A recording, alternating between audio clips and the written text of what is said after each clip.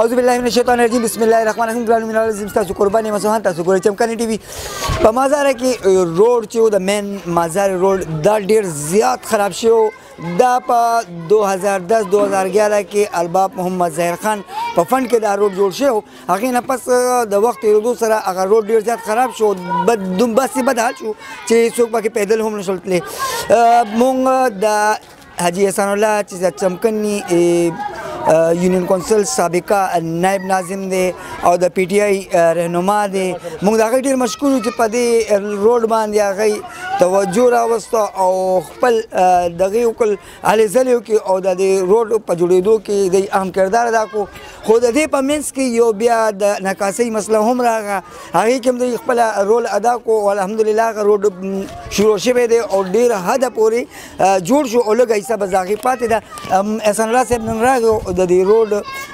معاینې لپاره نو مونږ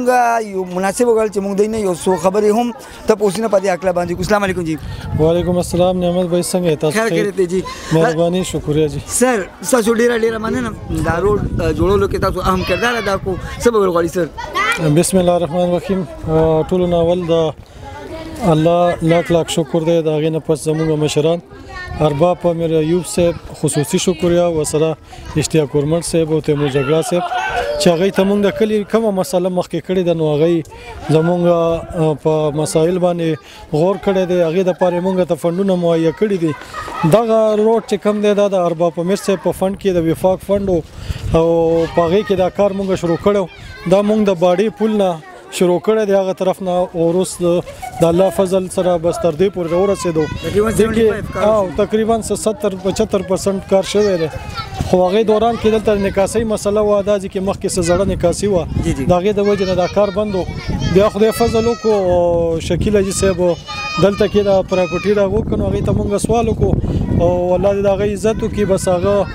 زمونږ په وینا باندې دغه لاره دلته کې د نکاسي په دې باندې رغه که چېرې دلته خو د نکاسي په دې طرف وباسه نو تاسو کتی شئ دا اوس د نکاسي بندوبست هم وشو نو د هغې د وجې نه به دا کار بار لیټ کېدو او درېدو به نو اوس انشاءالله دا نکاسي مو وته او لار هم ډېر ښه طریقې سره